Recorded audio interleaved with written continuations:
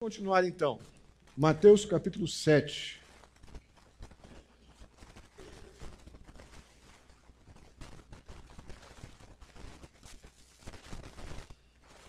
Mateus capítulo 7. Outra coisa boa da gente lembrar, pela graça de Deus, Estiva está caminhando, né? Temos tido já uma frequência mais constante em Estiva, mais estável.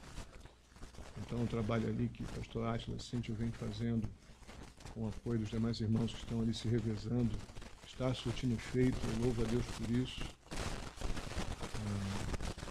Uma coisa que eu não queria deixar de falar hoje aqui, alunos do Instituto, não esperem para fazer a tarefa na última semana que não vai funcionar.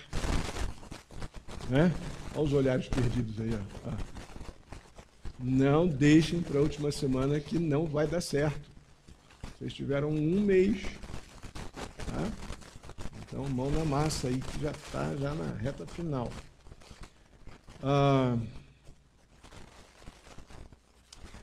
Nós vimos na quarta-feira, última nossa aqui, o momento onde Jesus, nos versos 13 e 14, ele deixa claro que a gente, crendo nisso, entendendo isso ou não, todos estão debaixo da realidade de uma escolha, de uma decisão que temos que tomar. Alguns já tomaram essa decisão quando permaneceram em seus pecados e delitos, ou seja, sem ter encontro com Cristo, a pessoa já está em um dos lados dessa escolha. Então, querendo ou não, ela já fez uma escolha. Ela já está na condição de separado de Deus, porque não compreendeu e não recebeu a graça salvadora de Deus através de Jesus Cristo. Então, ela permanece na condição de separado de Deus pelo pecado. É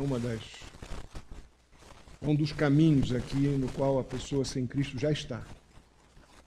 E a escolha que o ser humano pode fazer, e Deus dá o privilégio, mediante, obviamente, a sua soberania, mas a soberania de Deus na nossa salvação não tira a nossa responsabilidade. Deus não nos transforma em bonequinhos, marionetes, em função da soberania da sua graça salvadora. É Ele que vem com a sua graça ao nosso encontro, nos dando este momento de percepção mediante a obra do Espírito do nosso pecado. E de que somente Deus, através de Cristo Jesus, é que perdoa pecados. Mas a responsabilidade de nos levantar e na direção do amor de Deus, confessando pecados, reconhecendo o seu estado de totalmente incapaz de ter qualquer merecimento na obra salvadora, processo de santificação, isso é responsabilidade nossa. Até para isso nós temos uma total dependência de Deus, mas até nas nossas responsabilidades nós temos dependência de Deus. Mas Deus não tira de nós as nossas responsabilidades. Então, quando nós vemos Jesus dizendo, entrem pela porta estreita, pois larga é a porta e amplo o caminho que leva à perdição, e são muitos os que entram por ela, já estamos lidando aqui com essa responsabilidade imputada àqueles que são atingidos pela soberania da graça salvadora de Deus. E depois de Jesus dizer, então, aqui que não há como uma pessoa se isentar da responsabilidade de tomar decisões na sua vida, e que não será um acidente ela ser salva, mas é algo que promovido por Deus, porque a pessoa já está naturalmente num processo de colisão com os propósitos infernais de Satanás, de escravizar as pessoas do pecado. E Deus, pela sua graça, quando nos retira disso, parte de uma escolha e parte de uma vontade, de uma decisão pessoal. E Jesus deixa isso bem claro, nós falamos no nosso último encontro aqui, dessa porta que é estreita e apertada, e o caminho é apertado, mas esse é o que leva à vida. E vimos o porquê desse apertado e vimos bastante sobre isso. Aí Jesus vai começar a falar, depois dele dizer que nós temos que nos posicionar em relação a Cristo Jesus e a obra salvadora de Deus em nosso favor, mediante a obra de Cristo, Jesus vai passar a falar sobre falsos profetas. O Paulo já falou sobre isso na mensagem de domingo, a preocupação de João lá com os anticristos, os contra Cristo. E não obrigatoriamente aquele tipo lá de 1 João, são pessoas que se levantam dizendo que não, que Jesus é uma fraude. Não é isso. Não é isso. Não ache que vai ser assim. Tá? Porque não é assim agora e não será assim mais daqui em diante ou para frente. Porque a grande metodologia do diabo para convencer a pessoa de que há uma forma de crer em Deus e crer em Jesus sem precisar comprometer o seu senso de libertinagem, ou seja, liberdade para fazer o que quer e bem entende, isso é uma proposta do anticristo. Jesus como um ser importante, mas tão legal quanto Buda, Maomé e outros, Mahatma Gandhi e outros já vieram na história. E eu posso crer em Jesus sem precisar criar nenhum tipo de impedimento para a dinâmica da minha vida. Então essa é a proposta do anticristo. O falso profeta que Jesus vai lembrar aqui no Sermão do Monte, isso é que me chama a atenção, é aquele que ele não se desfaz da verdade, é o tipo daquele anticristo, aquele que se estabelecerá mais à frente. Na verdade, João diz que vários anticristos têm surgido ou saíram do meio da igreja, né? Pessoas que professam uma falsa proposta, uma falsa verdade sobre Cristo. Esse falso profeta aqui, que Jesus anuncia, ele tem esse perfil já nos dias dele, lá ainda no seu ministério público, no primeiro século. E vocês vão ver no decorrer do nosso tempo aqui de reflexão na palavra de Deus, que coisa absurda como esse negócio está presente hoje na cultura do século XXI, esse perfil de pessoas com uma proposta contrária às verdades de Cristo, sem negar diretamente Jesus Cristo. Vamos ler os versos 15 a 20 do capítulo 7. Diz assim: cuidado com os falsos profetas. Eles vêm a vocês vestidos de peles de ovelhas, mas por dentro são lobos devoradores. Vocês os reconhecerão por seus frutos. Pode alguém colher uvas de um espinheiro ou figos de ervas daninhas? Semelhantemente, toda árvore boa dá frutos bons, mas a árvore ruim dá frutos ruins. A árvore boa não pode dar frutos ruins, nem a árvore ruim pode dar frutos bons. Toda árvore que não produz frutos é cortada e lançada ao fogo. Assim, pelos seus frutos, vocês a reconhecerão. Vamos fechar nossos olhos e vamos orar. Pai querido, muitíssimo obrigado pelo teu favor para conosco, o teu cuidado, o teu zelo para com a tua igreja, por cada um de nós, ó Pai. Eu louvo ao Senhor por isso. Muito obrigado por cada um aqui. Eu peço a Ti em nome de Jesus, ó Deus, que o Senhor nos contemple mais uma vez com a Tua palavra, nos esclarecendo a Tua vontade a respeito desse tema tão delicado e tão oportuno também, uma época tão confusa como a nossa. Eu peço a Ti em nome de Jesus que o Senhor nos esclareça, que a Tua palavra nos ilumine a nossa mente, que a gente possa ter uma gratidão muito grande, ó Deus, por estarmos sendo tão carinhosamente exortados e encorajados a nos apegar à verdade que nos foi anunciada pela Tua palavra e viver dela, ó Pai, como o grande antídoto que o Senhor nos dá para todo o falso ensino que é anunciado em tantos lugares, por tantos meios. Assim eu te peço, ó Pai, agradecido desde já em nome de Jesus. Muito bem. Jesus começa aqui fazendo uma afirmação categórica no verso 15. Quando ele diz, cuidado com os falsos profetas, é claro que ele está julgando, ou pressupondo, não sei se seria a expressão ideal, acho que a melhor expressão aqui seria, Jesus está fazendo uma afirmação, um juízo de uma situação, de que esses falsos profetas já existiam, eles já estavam ali. Ele não está falando uma coisa futurística que pode acontecer. Não, ele está afirmando cuidado com os falsos profetas. A ideia de que eles já estão na praça. Eles estão caminhando numa verdade ou com verdades paralelas ou com pseudo-verdades paralelas à verdade que eu tenho ensinado. Cuidado com isso. Eu gosto muito dessas palavras, vocês sabem já disso, né?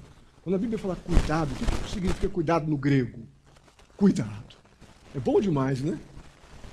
Cuidado é uma palavra que não precisa de grandes interpretações, né?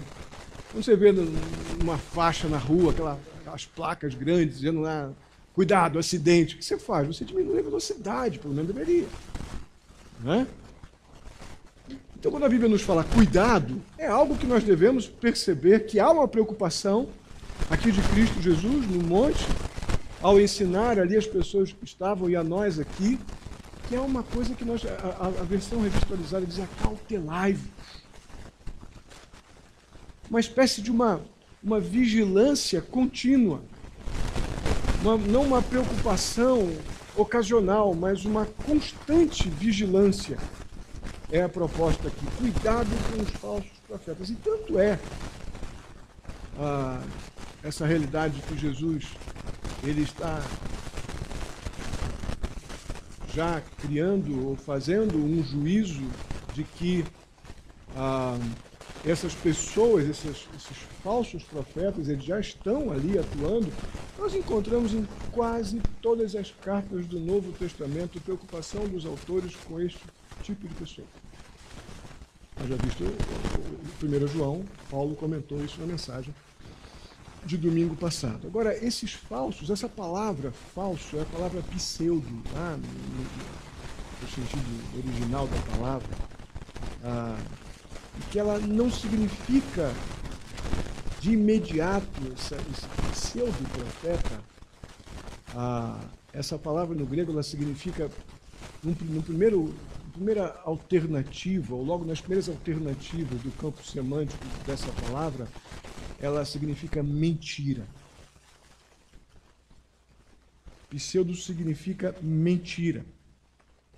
E a história da Igreja de Cristo, ela é já longa, mas também cheia de problemas, controvérsias e crises criadas por esses profetas da mentira. Cheia de, como nós vemos isso na luta dos apóstolos com esses caras, apóstolo Paulo, João, enfim. Eu creio que Deus permite, até hoje, né, esse tipo de pessoa, no contexto da sua providência soberana, é claro, no controle de Deus sobre todas as coisas, para que a igreja se sinta desafiada a se apegar à verdade.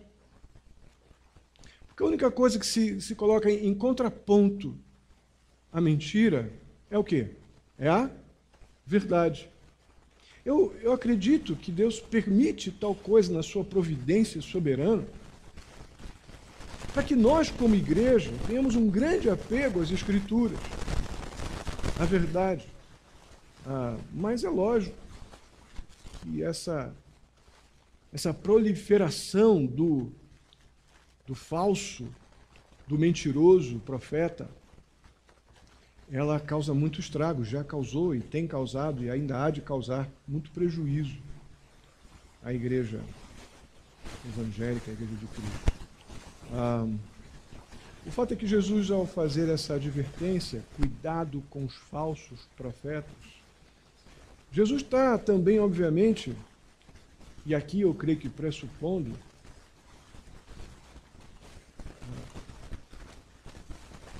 que existe um padrão a ser seguido.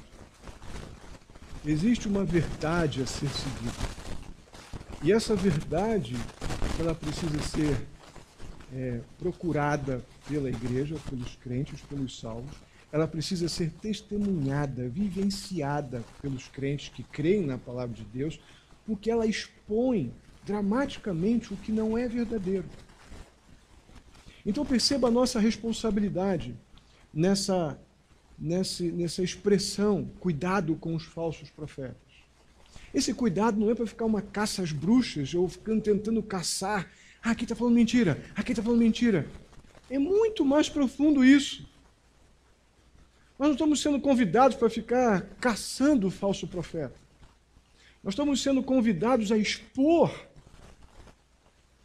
aquilo que é falso com o que é verdadeiro. E a maneira de ser feito isso é mediante o nosso testemunho, a prática daquilo que afirmamos crer, que são as Escrituras, que é a verdade, que é a palavra infalível, inerrante, inspirada de Deus a nós. Então perceba que nesse cuidado com os falsos profetas, já há uma ideia de responsabilidade que esses crentes que escolheram o caminho estreito e a porta apertada têm de serem testemunhas eficazes, eficientes daquilo que não é verdadeiro com a prática daquilo que é verdadeiro. Expor o falso por uma prática do que é verdadeiro, aquilo que cremos. Lá nos tempos bíblicos, um profeta de verdade, ele era aquele que ensinava de maneira inspirada as verdades divinas, as verdades que vêm de Deus. E o falso profeta, em contraponto a isso, olha a sutileza, era aquele que reivindicava ser um propagador da mesma palavra inspirada de Deus, porém, falava mentira. Mas ele reivindicava a posição de profeta. Ou seja, aquele que falava de forma inspirada e inerrante da parte de Deus. Então o falso reivindica que é verdadeiro, já é uma característica do enganador, da mentira. Porém, quando ele abre a boca, ele não fala do que é verdadeiro. Ele quer a posição de verdadeiro, mas quando ele abre a boca, ele profere mentiras. Não é isso que nós vemos agora, hoje, no nosso dia a dia? Pessoas tomando para si títulos, posições, direitos espirituais, divinizando situações onde a Bíblia apresenta a responsabilidade pastoral como daquele que serve, como daquele que cuida, mas de algo que não é seu, que é do Senhor. E o que nós vemos são as pessoas querendo esse privilégio de servir, mas com o poder de dominar, não de cuidar, que é a contramão da posição pastoral, por exemplo. Já é uma inverdade. O profeta Jeremias, o capítulo 23 de Jeremias, vocês devem dar uma boa lida nele. Há um ponto ali, se não me engano, a partir do versículo 8, se eu não me engano, não tenho certeza, que vai falar sobre os falsos profetas. Jeremias, da parte do Senhor, como um profeta do Senhor, Deus fala a Jeremias da sua indignação com esses falsos profetas que estavam nascendo no meio do povo, e ali Deus legisla sobre toda esse perfil de falsos profetas que viriam durante toda a existência da humanidade, até o dia que Jesus vier buscar a sua igreja, esse tipo de pseudo-profeta, ele vai existir, e ali nós vemos a indignação de Deus a isso. Mas Jeremias, ele fala desses falsos profetas, nos versos 16, 18 e 22 do capítulo 23, ele diz que eles falam visões do seu coração, enquanto que os verdadeiros profetas permanecem no conselho do Senhor, ouvem a palavra de Deus, proclamam ao povo e falam da boca do Senhor. Então, olha o contraste. Jeremias diz que o profeta, o falso, ele fala das visões do seu coração. O verdadeiro, o profeta do Senhor, ele permanece na palavra, no conselho do Senhor, ele ouve a palavra de Deus, ele proclama a palavra de Deus ao povo e ele fala da boca do Senhor. Então aqui nós vemos uma qualificação já que o próprio Deus dá através do seu profeta Jeremias àqueles que teriam ou têm esta posição. Ainda no versículo 28 do capítulo 23 de Jeremias, o profeta diz assim, o profeta Jeremias: o profeta que tem um sonho, conte o sonho, e o que tem a minha palavra, fale a minha palavra com fidelidade, pois o que tem a palha a ver com o trigo. Quanta coisa a gente já ouviu com pessoas se julgando profetas porque sonharam. E nesses sonhos, nessas visões, acabam criando doutrina, confusão. Na verdade, são geradores de impiedade, não de pessoas piedosas. E quando Jeremias diz, você teve um sonho? Então conta teu sonho, não inventa não. E se você ficar com um sonho, provavelmente não vai passar disso. Não inventa. Fale a minha palavra, não o seu sonho. Fale a minha palavra com fidelidade. E aí faz essa afirmação final, esse questionamento final, né? Pois o que tem a palha a ver com o trigo? Ou seja, aplicando para o nosso texto, não há como harmonizar verdade com mentira. Não tem como fazer isso funcionar junto. Não há harmonia entre falso e verdadeiro. Essa é a ideia do que, pois o que tem a palha a ver com o trigo? Na verdade, o verdadeiro exclui o falso, tira de cena. Então, aqueles que propagam mentiras em nome de Deus, eles são profetas falsos. E a preocupação aqui neste momento onde Jesus levanta o problema é que os crentes no Senhor Jesus tomem cuidado com essas pessoas, não como cuidar de caça-fantasmas. Até porque essas pessoas de fantasmas não têm nada, eles são bem descarados.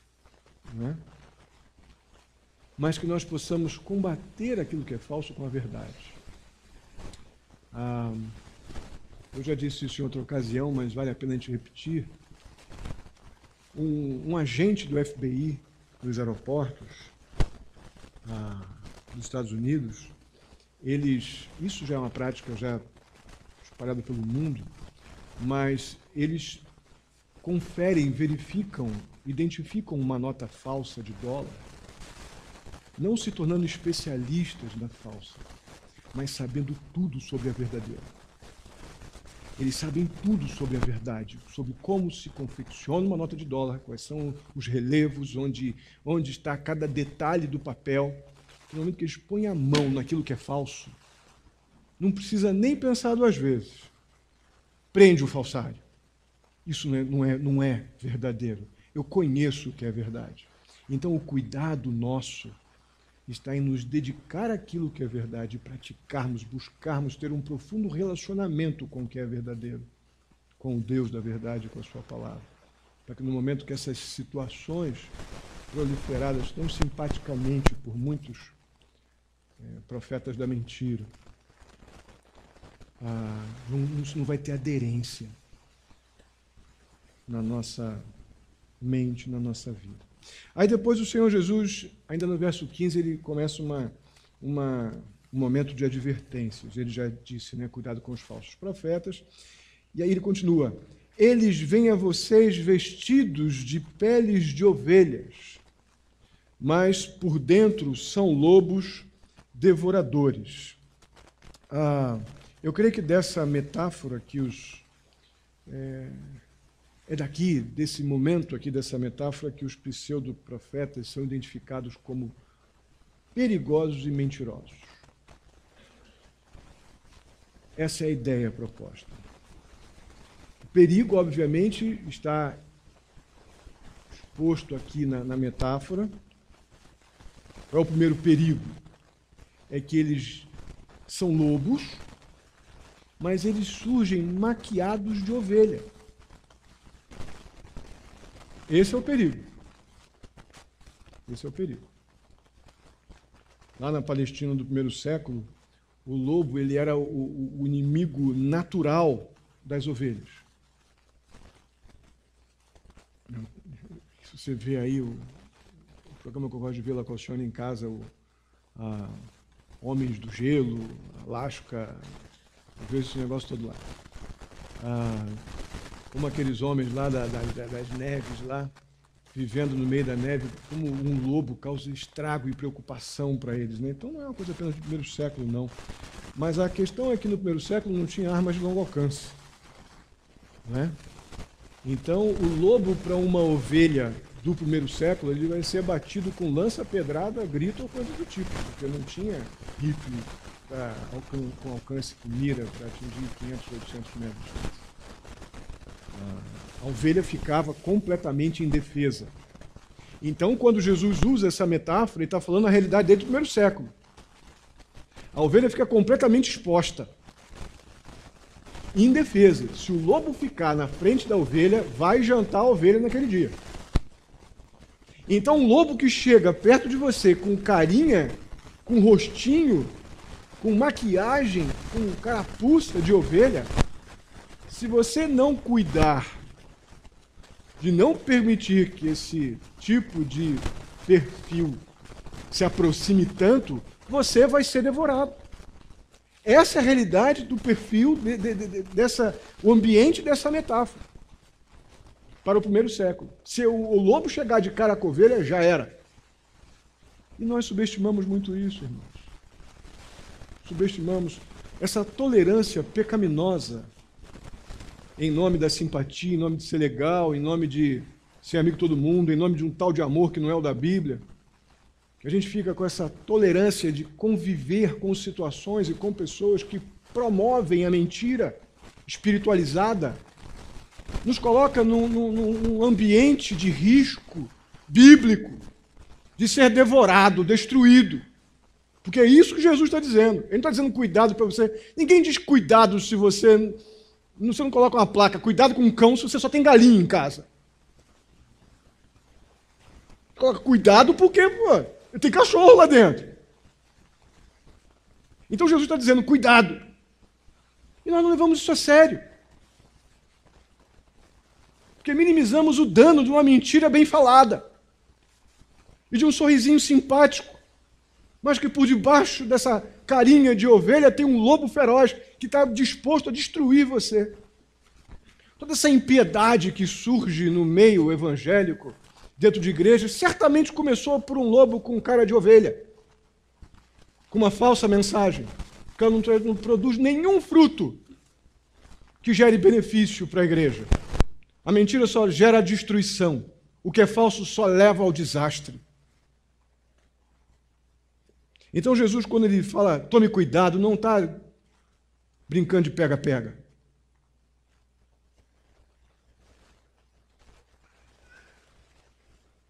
O apóstolo Paulo disse aos anciãos de Éfeso, se você quiser abrir, pode abrir, não tem problema, estou citando direto aqui em função do nosso tempo, mas Atos capítulo 20, versos 29, 30, e o primeiro pedacinho do verso 31, diz assim: sei que depois da minha partida, lobos ferozes penetrarão no meio de vocês e não pouparão o rebanho. E dentre vocês mesmos se levantarão homens que torcerão a verdade, a fim de atrair os discípulos.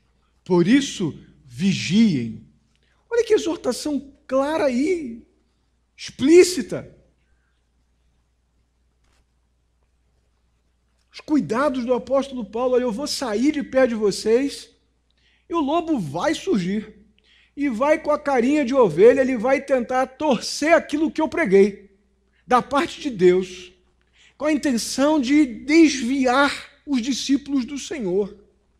Vigiem vocês com a verdade. Permaneçam, fiquem e pratiquem a verdade, para que vocês estejam tão relacionados com a verdade que essas falsidades espiritualizadas não terão aderência. É daí que vem o vigiem. É daí que vem o cuidado. Repito, não estamos sendo encorajados a ficar caçando falsos profetas, até porque se eu estou vivenciando a verdade, são tão explícitos e descarados esses que promovem o engano. Gente, eu ouvi um negócio esses dias, posso dizer aqui? É tão absurdo o que eu vou falar aqui agora, esses meus momentos, né, que vocês já conhecem de tortura, ouvindo rádio daqui em casa, quando volto na hora do almoço, e um programa com um princípio evangélico, uma senhora bispa, se diz bispa, recebeu uma chamada de uma outra pessoa, de uma mulher, que dizia que estava sofrendo muito, que não conseguia ter filhos e que o marido estava perdendo interesse nela porque ela não tinha filhos, tal. Mas ela tinha feito voto, comprado lá a etapa lá para poder ser abençoada. Então a bispa chegou, olha, minha irmã, Deus está falando no meu coração que se você vai ser curada, tudo vai mudar. Você pega o comprovante do depósito. Você tem um comprovante do depósito do seu voto? Tem, não sei o quê. Você corta ele no meio, coloca uma metade, abre a gaveta do seu marido, coloca no meio das cuecas do seu marido. Metade. A outra metade coloca dentro da sua calcinha, perto do seu útero, que eu vou orar agora. E a mulher começou a orar. E ela começou uma gritaria na rádio. Eu estou sentindo um calor. E aquelas coisas loucas que vocês já imaginam. E de um lado a bispa começou, então, a histérica a falar em línguas, dizendo que Deus estava operando, que ela era mãe, e a outra ia ser mãe também. E outra dizendo que estava sentindo lá aquecer o útero e não sei o quê, e parará, parará. Que loucura! Que doideira! Meio-dia, aqui indo para casa. Que loucura! Eu fico impressionado como Deus permite que eu ouça essas coisas, que eu vou falar sobre o falso profeta. Né? O profeta mentiroso, que não fala da boca de Deus, não fala da palavra de Deus, do conselho de Deus, mas fala dos seus próprios sonhos e enganos. Deus disse isso a Jeremias lá atrás. Que loucura, que loucura. O que seria essa verdade torcida que é dita aqui? O apóstolo Paulo diz aos anciãos de Éfeso, eles torcerão a verdade. Eu creio que uma das características dos falsos profetas da mentira no Velho Testamento, e até agora, que é uma característica do falso, é um otimismo amoral. A ideia é a seguinte, tudo que eu digo é mentira, o otimismo amoral diz assim, mas não é tanto, dá para encarar. É melhor não falar para não ofender. Deixa assim, não fala a verdade não, que pode ser ruim. Otimismo moral, está tudo errado, eu digo, não está. Todo mundo faz isso. Todo mundo faz isso aí também, dá para levar. O profeta da mentira, ele tem um otimismo amoral. Ele também nega o juízo de Deus. Nega que Deus em breve vai mandar Jesus com poder, na posição de juiz, Jesus como Deus, vindo para julgar a terra, o homem, a realidade do pecado. Ele nega a realidade de que Deus não vai fazer vistas grossas com aqueles que deram de ombros para a sua graça, para o seu cuidado, para a sua persistente vontade de salvar o pecador. Negam tudo isso. Em nome de Deus, não ia fazer isso. Deus é amor. Mas a Bíblia fala incansavelmente do juízo de Deus. Que Deus, no seu amor e na sua misericórdia, ele é constante, ele é perfeito, ele é completo, e é por isso que ele vai exercer juízo. Negam isso descaradamente. No verso 16 do capítulo 23, Jeremias diz que eles enchem de falsas esperanças as pessoas, os profetas da mentira. enchem de falsas esperanças. Eles dizem continuamente àqueles que... as pessoas que desprezam as Escrituras, as pessoas que tratam a Bíblia como um livrinho de autoajuda nos dias de hoje, aqueles que desprezavam a palavra dos profetas no Antigo Testamento, os profetas, esses que enchem as pessoas de falsa esperança. Jeremias, lá no capítulo 23, versos 16 e 17, diz assim: o Senhor disse, esses profetas dizem que o Senhor diz, né? Paz tereis. E a qualquer que anda segundo a dureza do seu coração, dizem, não virá mal sobre vocês. Sabe o que eu vejo sobre isso aqui? Essas pessoas que na televisão dizem que Deus vai abençoar o macumbeiro, o católico, todos os credos e descredos, todos os ateus, Deus vai abençoar todos, basta você, então, comprar o livro, ou comprar o carnê, ou ser o mantenedor do programa. A Bíblia diz que esses camaradas são mentirosos, curam, palavra de Jeremias, né? Eles dizem, paz tereis a qualquer um que anda segundo a dureza do seu coração. A esse eles dizem, não virá mal sobre vós. A Bíblia diz que virá sim. A impiedade será punida, a incredulidade será punida. Aquele que crê está salvo, o que não crê, a Bíblia diz que já está condenado. Mas os profetas do otimismo, a moral, não, Deus abençoa todo mundo. Eu vou orar para todo mundo ser abençoado, o ateu, o católico, o macumbeiro, todos eles. Por que que um católico romano, na sua idolatria, um macumbeiro no seu misticismo, no seu esoterismo, nas suas correntes afro e diabólicas, por que que um cara desse vai querer reconhecer que é pecador e voltar-se para um único Salvador e Senhor, que é Jesus Cristo, se tem um cara na televisão que diz que é bispo e profeta e abençoa todos, sem precisar de nenhum tipo de confissão de pecados? Por que que um cara desse vai querer aceitar Jesus como Salvador? Se dá para ser abençoado por esse Deus dos crentes, sem precisar renunciar ao pecado. Entendem, irmãos?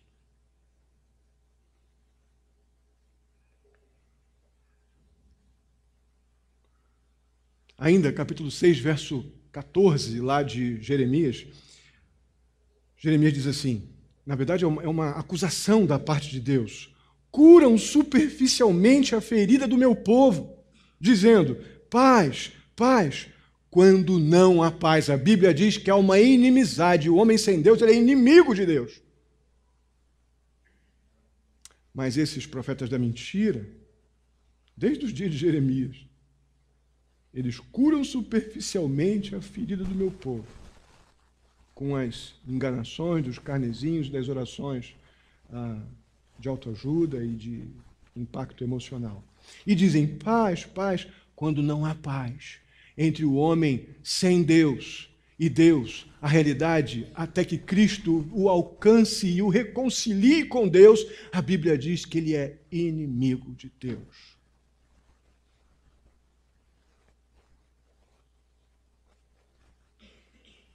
Esse tipo de gente que faz esse tipo de coisa presta um grande desserviço ao povo de Deus, para não dizer coisa bem pior. Bem pior. Eles dão às pessoas um sentimento de segurança completamente enganoso. Eles deixam de advertir as pessoas sobre o juízo iminente de Deus, ou o que é melhor ainda, a grande boa notícia de que há esperança para um pecador arrependido. Omitem isso.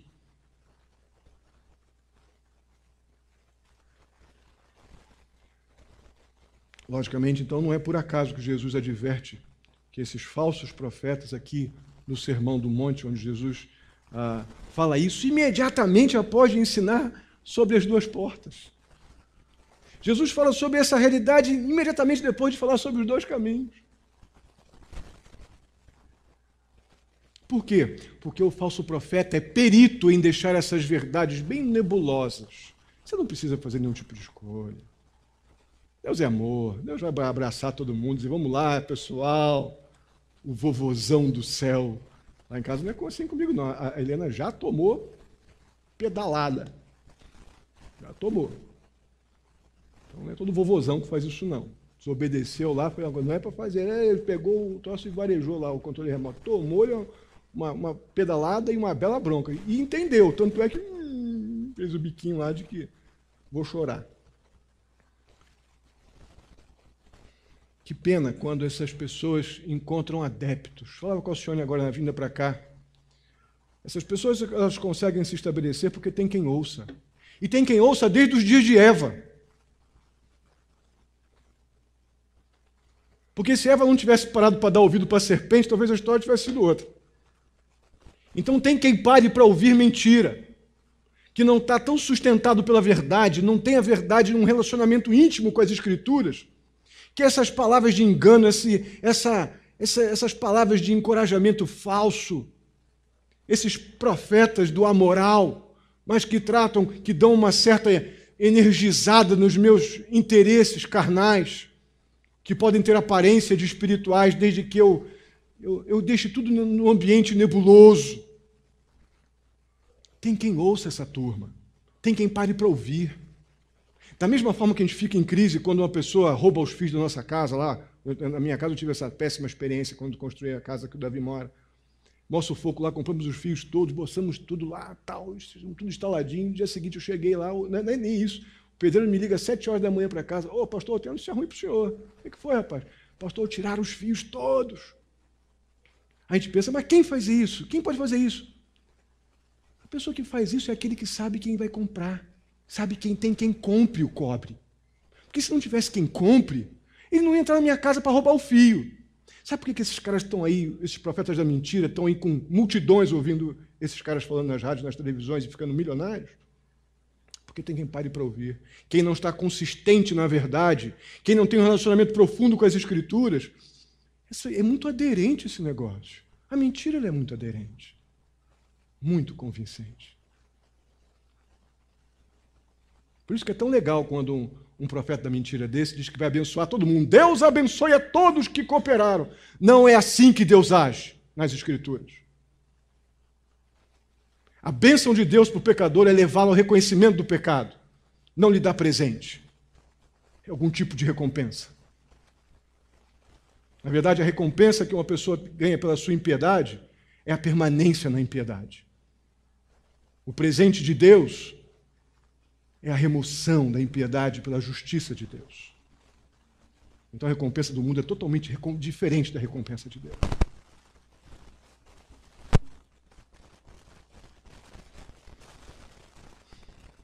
Mas nós vimos que existem duas situações. Perdão, irmãos, eu vou passar uns minutinhos aí. Existe então aquela turma, os perigos, nós já vimos. Agora vamos falar um pouco mais sobre o fato de eles serem mentirosos. As ovelhas, as verdadeiras ovelhas, se veem confusas muitas vezes com outras pessoas que se dizem ovelhas e acabam recebendo essas pessoas com boas-vindas, com beijos e abraços e paz do Senhor. O problema é que essas pessoas que se dizem ovelhas, mas que não são propagadoras da verdade do Evangelho, o verdadeiro caráter dessa aproximação, ele não é descoberto na hora. Na hora o gostoso é o beijinho, o abraço, Deus é amor, e muitos não percebem isso na hora. A mentira tem essa capacidade, né, de enganar. Somente um profundo relacionamento com a verdade nos dá uma percepção fina da mentira. Caso contrário, ela engana mesmo. E aí quando você vai ver onde está o que fez, o prejuízo já aconteceu. A ilusão já assentou, o engano do profeta da mentira já completou os seus propósitos, e aí então o prejuízo muitas vezes é grande. Essas pessoas não somente eles simulam piedade. O profeta da mentira, ele simula piedade. Frequentemente essas pessoas vão com uma linguagem hiperespiritualizada. Para quê? Por quê? Para ganhar aceitação. para ganhar o nosso bem-vindo. O problema é que a pretensão dessas pessoas é completamente outra. Completamente outra. Isso é a característica do falso. Essa é a característica do mentiroso. E o profeta da mentira, ele tem uma pegada ainda mais poderosa para o mal, porque ele vai envolto no mantra da espiritualidade. Nós não podemos esquecer que o diabo é espírito. Então nós temos que realmente ficar de guarda. Uma guarda espiritual, não uma guarda de sentinela meramente parado numa guarita. É uma postura de envolvimento, repito, intenso envolvimento com a palavra de Deus, gratidão pela salvação, orando por discernimento, usando a capacidade crítica que nós falamos aqui no Sermão do Monte há pouco tempo. Somos exortados a ter um poder de crítica, a julgar, tendo como referência a palavra de Deus, não nossos pressupostos. Então temos que pedir a Deus em oração discernimento e a capacidade de crítica, para que a gente não seja enrolado, para que a gente não relaxe nesse processo de vida cristã que nos deixa envolvidos com as verdades espirituais e aptos a ser contagiados e afetados pelas mentiras dos falsos profetas. O fato é que a gente tem que deixar de olhar apenas para a aparência dessas pessoas e ter uma percepção mais espiritual e começar a ter uma perspectiva que vai além do que você vê, uma capacidade de ouvir e imediatamente rejeitar aquilo que você já conhece das Escrituras. Agora, se o teu relacionamento com as Escrituras é ocasional, você é um alvo preferencial. Se o teu relacionamento com as Escrituras é oportunista, você é o churrasco completo para o lobo. Agora, se você é uma pessoa que está buscando o Senhor e se relacionando com o Senhor mediante a palavra do Senhor, oração e os meios da graça que Deus tem disposto a nós, o lobo não vai se dar muito bem contigo, não.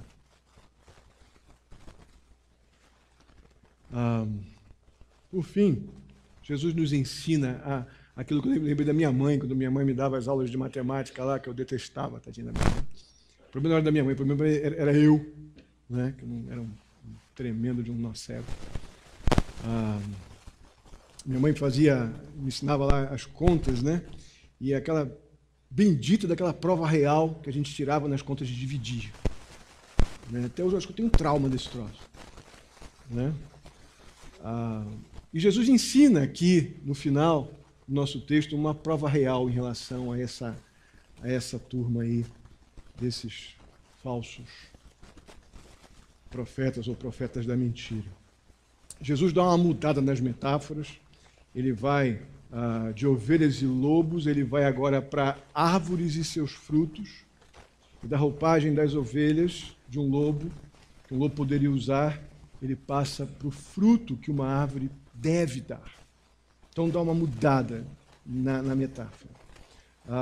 Então ele passa do momento do risco da gente não perceber, não reconhecer o lobo por detrás da roupagem de ovelha, para uma outra realidade. Deus nos dá um meio agora, uma prova real para a gente tirar, para que não sejamos enganados, para que a gente reconheça as pessoas. A ideia é que nenhuma árvore, obviamente, nessa troca de metáfora, nenhuma árvore ela esconde a sua identidade por muito tempo. Mas cedo ou mais tarde, a árvore vai se trair. Ela vai dizer, ou eu não dou nada, porque lá em casa eu costumo dizer que a Dani não está aqui, né? Nós demos para a Dani e para o Serginho uma árvore lá em casa que tinha muita bronca daquela árvore. Eu chamava de pé de mato. Pé de mato. É uma árvorezinha lá, coisa de jardim ornamental, mas eu gosto de árvore que dá alguma coisa, que dá flor, né, que dá fruta. Aí tinha um pé de mato lá em casa, nós damos para a Dani, ela gostou lá. Ela logo mostra a sua cara. A árvore ela não vai ficar muito tempo, ela não vai ter como esconder as suas características, o que ela produz, o caráter da sua existência, enfim. Da mesma forma, o texto nos fala sobre ervas daninhas. A erva daninha não vai produzir nunca alguma coisa comestível como uvas e figos. É o que está sendo proposto aqui no texto. Então, não somente o tipo do fruto fica identificado ou determinado pela árvore, ou seja, uma figueira dá figos, uma videira dá uvas, mas também a gente vê aqui na metáfora de Jesus que a gente vê também a condição dessa árvore. O que essa árvore deve fazer? O verso 17 diz assim: toda árvore boa produz bons frutos. Porém, a árvore ruim produz fruto. Opa! Então agora está explícito aqui a intenção de Jesus quando ele troca a analogia da ovelha e do lobo e da roupagem para essa questão bem direta do fruto que uma árvore deve dar. Aquilo que é bom vai gerar coisa boa, aquilo que é ruim vai gerar coisa ruim. Na verdade, o verso 18 diz que a árvore boa, ela não pode, ela nunca dará fruto ruim, a boa. Nem a árvore ruim, obviamente, vai produzir fruto bom. E o verso 19 deixa claro que o dia do juízo do Senhor, que a Bíblia diz que existe e acontecerá muito em breve, vai definir essa diferenciação quando as árvores não frutíferas serão definitivamente cortadas e queimadas. É o que está no verso 19. Isso vai acontecer. Então essa turma que acha que está aí botando para quebrar com as suas mentiras proféticas, produzem fruto ruim. E o Senhor Jesus diz que essa turma vai ser cortada e queimada no dia do juízo. Nos versos 16 e 18, Jesus repete isso 2 vezes. Pelos frutos vocês vão conhecer as árvores. Ou pelos seus frutos vocês as conhecerão. 2 vezes Jesus repete isso. Que frutos serão esses? Primeira espécie de fruto que a gente precisa procurar como essa prova real naquele que se diz um profeta do Senhor, ou é um mero profeta da mentira. Primeiro é o fruto. Esses falsos profetas, eles revelam a sua verdadeira identidade, sabe? Pelo que mais fica exposto, não tão claramente no começo, mas como a árvore não pode esconder seu fruto para sempre, o que ela pode produzir, ou o tipo de árvore que é, esse falso profeta, ele a qualquer momento vai se entregar pelo seu caráter. Eu teria uma lista longa de textos bíblicos para falar sobre isso, mas vamos deixar isso para uma outra oportunidade. Pela sua conduta, pelas suas escolhas, pelas suas decisões, mais cedo ou mais tarde, ele vai dizer a que veio e que tipo de árvore ele é. A questão é que um profeta ou um falso profeta, os frutos de um mau profeta, não são apenas revelados pelo seu caráter ou pela sua conduta, pelo seu modo de vida. O fruto de um falso profeta vai se revelar também muito fortemente pelo aquilo que ele ensina. Pode estar certo disso.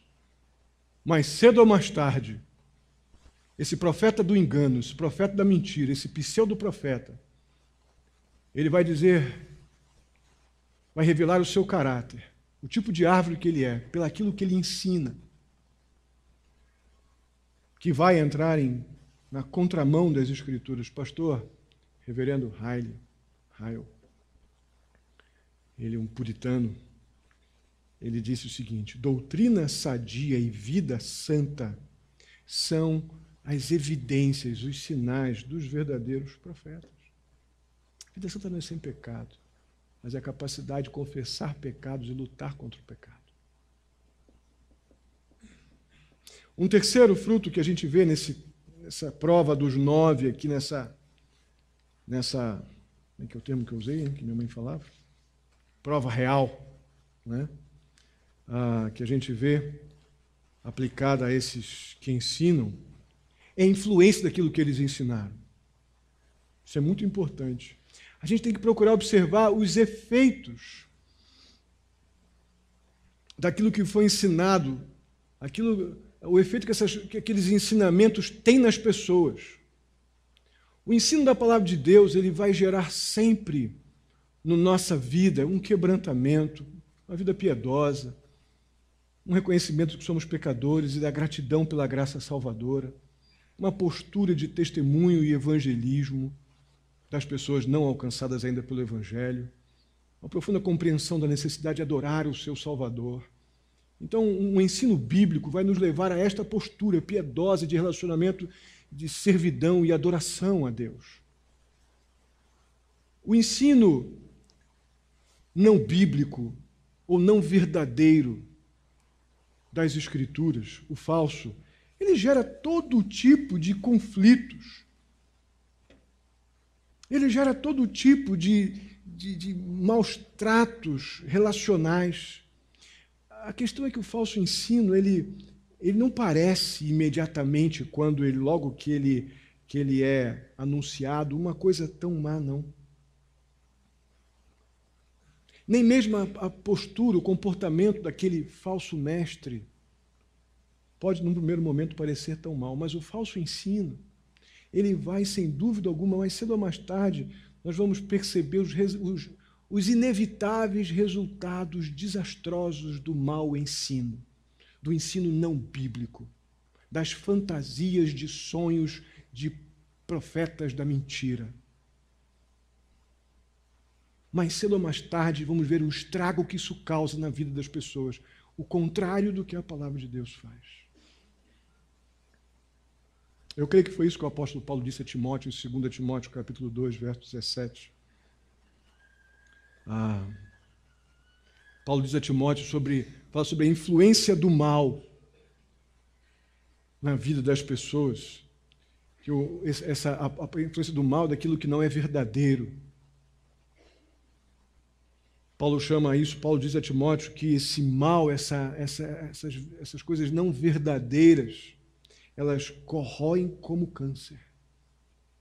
Depois você vê lá em 2 Timóteo, capítulo 2, versos ali 16, 17, 18. Ou seja, o processo canceroso, ele progride. E ele vai corrompendo a fé das pessoas. Ele vai corrompendo a integridade. Ele vai corrompendo a pessoa e gerando impiedade no coração das pessoas. Enquanto o ensinamento bíblico, à luz das Escrituras, ele produz fé salvífica, fé que nos leva a uma vida dependente do Senhor, um amor bíblico que nos faz perceber o zelo de Deus para com os seus, a piedade que nos leva a uma vida de exercitar misericórdia. Totalmente diferente. Irmãos, se nós dermos importância às verdades da palavra de Deus que temos aprendido como igreja de Cristo Jesus, se nós damos importância, nós precisamos levar isso a sério. Se nós estamos entre aqueles que estão no caminho estreito, ou na porta estreita e do caminho apertado, nós temos a responsabilidade de levar a sério isso aqui e parar de bater ombros, essa tolerância pecaminosa com esses profetas da mentira,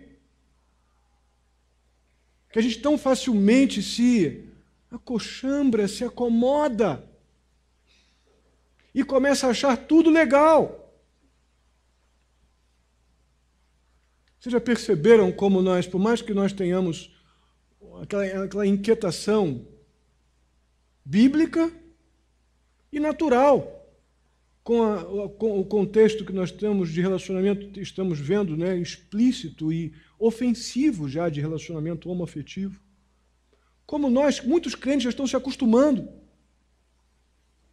e não estão mais com uma oposição espiritual. Eu quero muito que essas pessoas tenham um encontro real com Jesus, porque são tão pecadoras quanto eu antes de Cristo. Mas a realidade é que a gente vai se acomodando com o ambiente pecaminoso e a tendência é acabarmos achando que essas coisas não são tão pecaminosas quanto a Bíblia diz. Da mesma maneira, a tolerância que temos com esses profetas da mentira nos leva para um estado de impiedade também. Nos leva a desmerecer as verdades bíblicas que temos ouvido. Na verdade, quando isso acontece, é porque o nosso relacionamento com Deus, pela sua palavra, está oportunista, está ocasional.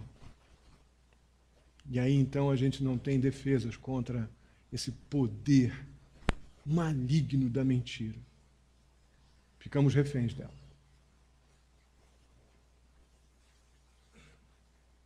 Se a Igreja de Cristo der realmente atenção a essa advertência, aplicar essa metodologia que Jesus ensina aqui, se a Igreja de Cristo fizesse isso, ela não estaria tão entregue às baratas, infelizmente, essa confusão moral e teológica que a gente tem visto.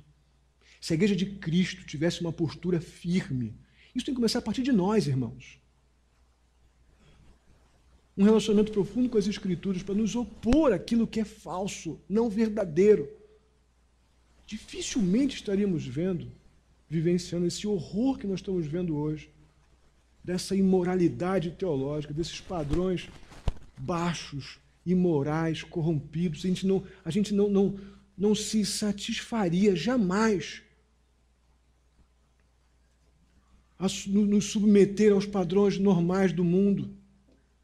Nós buscaríamos os padrões de Deus, ainda que o nosso coração desejasse fazer coisas que são comuns e normais para as pessoas que andam em igrejas aqui e ali. Eu tenho entendido pelas Escrituras que há um padrão maior e do Senhor para a minha vida. Eu vou buscar esse. E não buscar o baixo, acomodado e amoral da má teologia, pregado aí por muitos, infelizmente, com tantos aderentes. E é por isso que a coisa está tão feia. Eu louvo a Deus por aqueles que estão se empenhando por um relacionamento profundo e constante com as Escrituras, mediante a oração e o seu tempo devocional, o seu tempo de estudo bíblico. Nós estamos buscando o caminho, a porta estreita e o caminho apertado, mas é seguro. É esse que vai nos livrar, vai nos fazer perceber que por debaixo da máscara de ovelhinha daqueles que aparecem ao nosso redor, ou na televisão, ou no rádio, pode ter um lobo feroz, pronto para te destruir. Mas você vai passar por muito tempo, você vai acreditar que aquilo ali é ovelha. E quando você enxergar, já está sentado na estrutura da impiedade que essas propostas enganosas oferecem. Que Deus nos livre disso, em nome de Jesus. Amém? Vamos ficar de pé.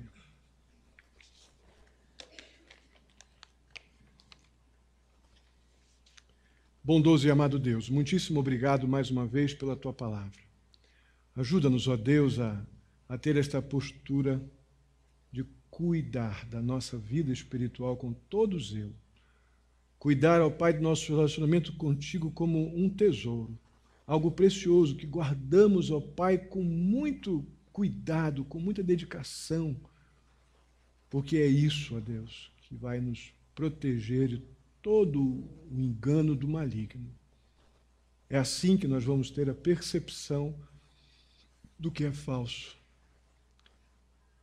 Estaremos, ó Pai, aptos a lidar com uma proposta que estamos vendo de mundo tão corrompida, perigosa e mentirosa, mesmo no meio daqueles que, a princípio,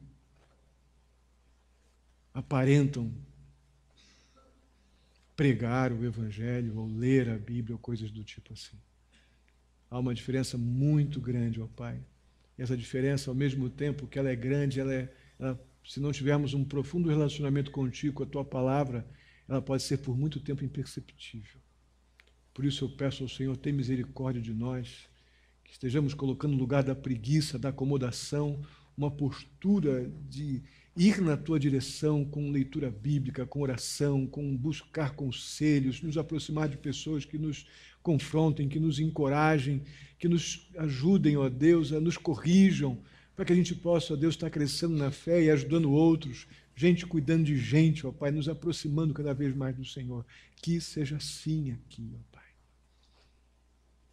Eu te peço, ó Deus, pela vida de cada um aqui agora, no nome santo de Jesus. Amém. Vamos orar, irmãos, uns com os outros. Perdoem aí o horário.